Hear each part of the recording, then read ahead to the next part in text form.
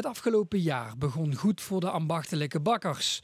Met op 22 januari Europese erkenning voor het product van onze regio. Oftewel een beschermde geografische aanduiding voor de Limburgse vlaai. Maar sinds kort is er een fout ontdekt in de receptuur en het gewicht die vooral in Belgisch Limburg tot problemen leidt. In Nederland zijn vooral de Limburgse vlaaien 30 centimeter. Grotendeels. Aan onze kant, hier in België, is gebruikelijk de 3 à 24 centimeter doorsmeten. En daar zat de taalfout. En het is dankzij de controle dat dat gevonden is geworden. Daar hebben wij een grafiek op uitgezet. En ja, daar waren de Vlaamse bakkers, sorry voor de uitdrukking, gebuist, ondanks dat ze er zelf niks konden aan doen. En gebuist betekent gezakt voor de test. Dan mogen ze niet het keurmerk voeren voor hun Limburgse vlaaien die eigenlijk wel voldoen aan de eisen. Vanuit België is daarom een aanpassing aangevraagd die deze maand moet worden goedgekeurd in Brussel en Den Haag. Met die bijstelling zal het een goed rapport voor al de bakkers, en dat zijn er ongeveer 45 aan onze kant, die gaan een goed rapport krijgen.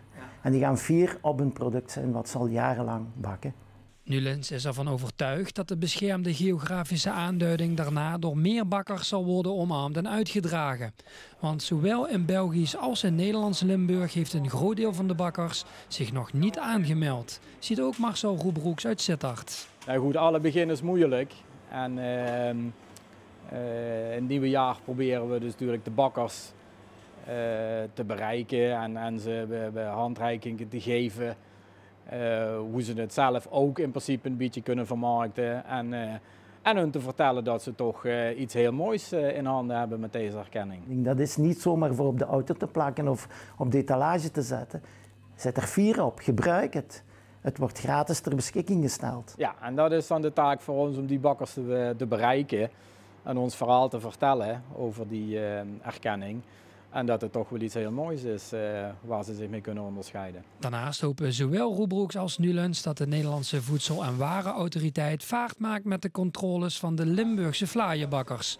Want waar in België alle bakkers gecontroleerd zijn, is dat aan deze kant van de grens helemaal niet gebeurd. U kan begrijpen dat in België grote ogen worden getrokken van, nou, hoe kan dat? Dat kan trouwens niet. Het heeft wel de prioriteit, want het moet officieel gecontroleerd worden.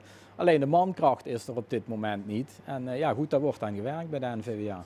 Pas na die controle krijgen de ambachtelijke bakkers een officieel certificaat. Zo moet 2025 na enig uitstel en gedoe dus alsnog het jaar worden van de Limburgse vlaai.